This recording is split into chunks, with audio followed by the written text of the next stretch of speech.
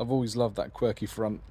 I know people make fun of it, but BMW F800 GS Adventure fully loaded.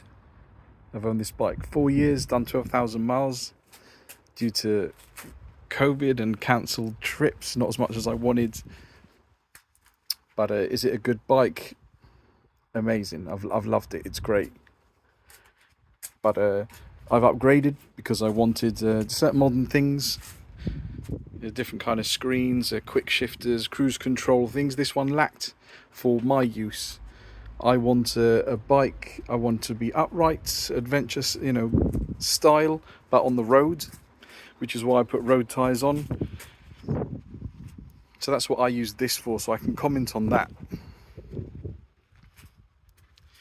I'm 175 centimeter tall. This is an extremely tall bike. I could only tiptoe the floor, so I put on the Touratech HyperPro lowering kit, 50mm, and I can put my feet down.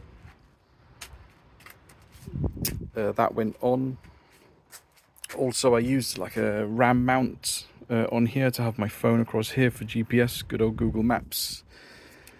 Also put this on just to power, keep my phone charged, the voltmeter, state of the battery, and a couple of USB ports there, so handy. Make sure you turn that off.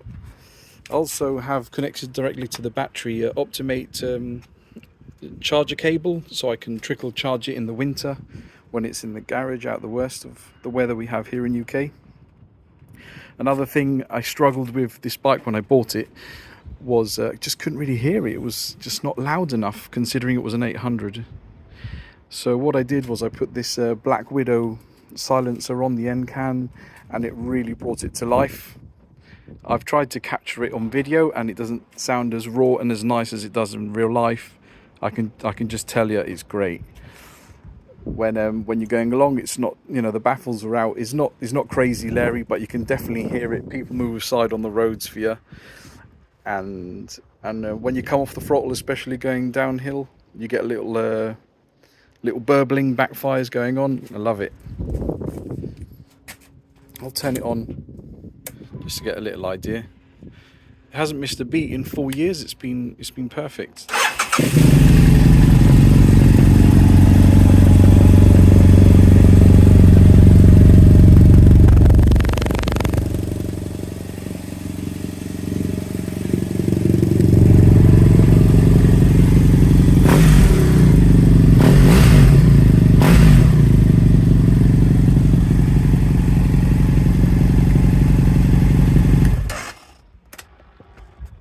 Anyways, on the road, some people with these parallel twins on the 800s, they were Austrian, yeah. But the new 850s, if I'm correct, they're Chinese. Another thing, people say these ones are a little bit vibey on the motorways and the roads, sitting at 70, slightly more, slightly less. I've never had issues going with vibes.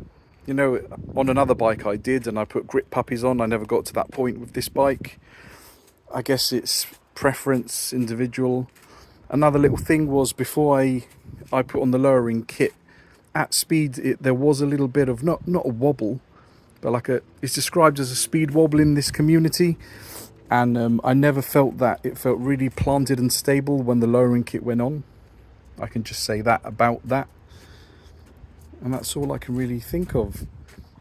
This bike's going to be going. It's already got a new owner. I'm not selling it. I'm just sharing the love story. It's been a dream, and I'm sure it'll be looked after and used for what it's intended. They're going to put on some off-road tyres and do their thing.